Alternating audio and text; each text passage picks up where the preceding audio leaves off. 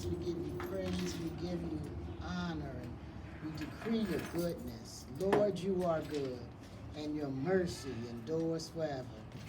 So, Father, we just lift up the family before you. And we ask you, dear God, to continue to move through the family, bring families back together, bring healing, bring deliverance, bring salvation.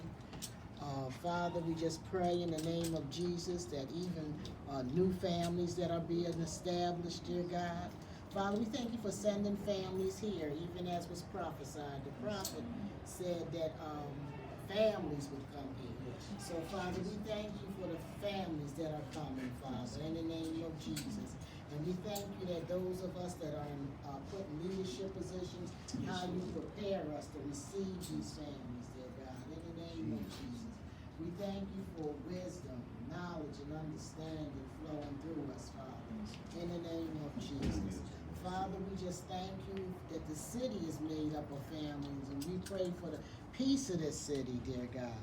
In the name of Jesus, Father, we heard on the way here of a friend of ours whose son was murdered last night, Father, and we just pray for comfort for that family, Father, in the name of Jesus.